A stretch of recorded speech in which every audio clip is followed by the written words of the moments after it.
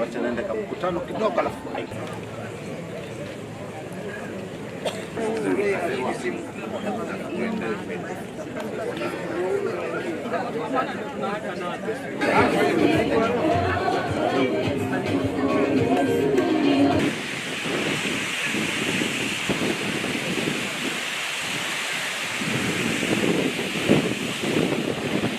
mimi mradi ambao niko nao ni waduka.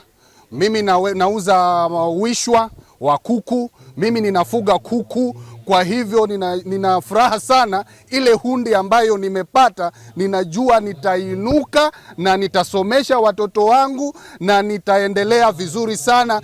Ikiwa sitashikwa mkono na bibi yangu nikiombaomba, nitakuwa ninafanya biashara, nikijisimamia na nikisomesha kupitia Wezesha Fund ambayo imeniwezesha kufikia hapo ambapo nimefika sasa. Nimepata 200,000.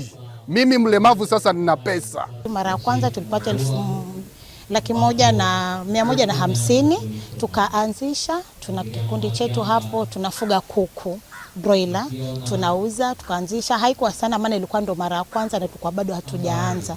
Lakini sasa hivi hii ni mara ya pili. Nashukuru sana kwa hii Wezesha Fund through our governor.